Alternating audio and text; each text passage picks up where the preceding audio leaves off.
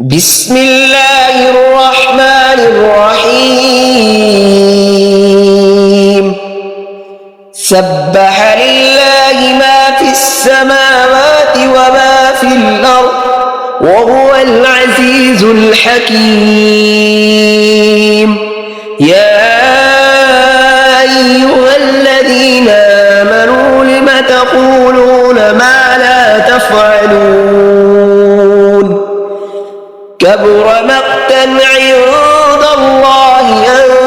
تقولوا ما لا تفعلون إن الله يحب الذين يقاتلون في سبيله صفا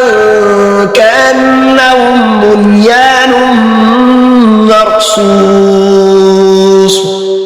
وإذ قال موسى لقومه يا قوم لم تؤذونني وقد تعلمون أني رسول الله إليكم فلما زاغوا وزاغ الله قلوبهم والله لا يهدي القوم الفاسقين وإذ قال عيسى ابن مريم يا بني إسرائيل إني رسول الله إليكم مصدقا لما بين يدي من التوراة ومبشرا برسول يأتي من بعد اسمه أحمد فلما جاءهم بالبينات قالوا هذا سحر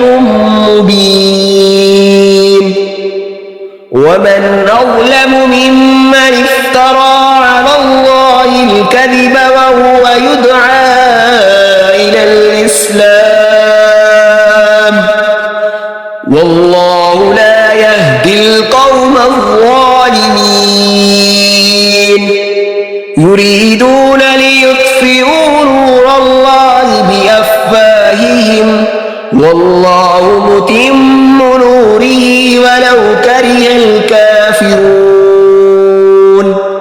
هو الذي يرسل رسوله بالهدى ودين الحق ليظهره على الدين كله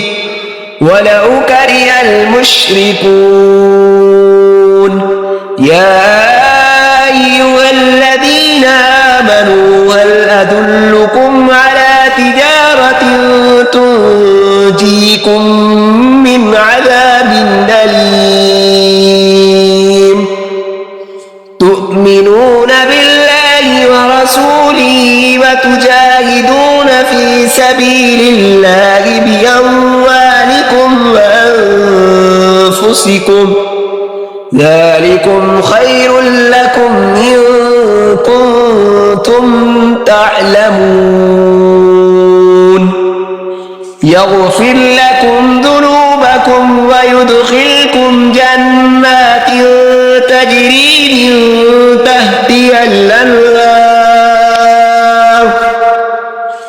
تحتها الأنهار ومساكن طيبة في جنات عدن ذلك الفوز العظيم وأخرى تحبونها نصر من الله وفتح قريب وبشر المؤمنين يا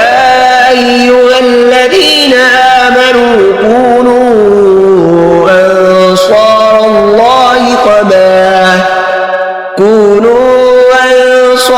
الله كما قال عيسى ابن مريم للحواريين من أنصاري إلى الله قال الحواريون نحن أنصار الله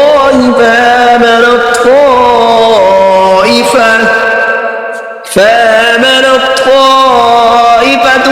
من بني إسرائيل وكفرت طائفة فأيدنا الذين آمنوا على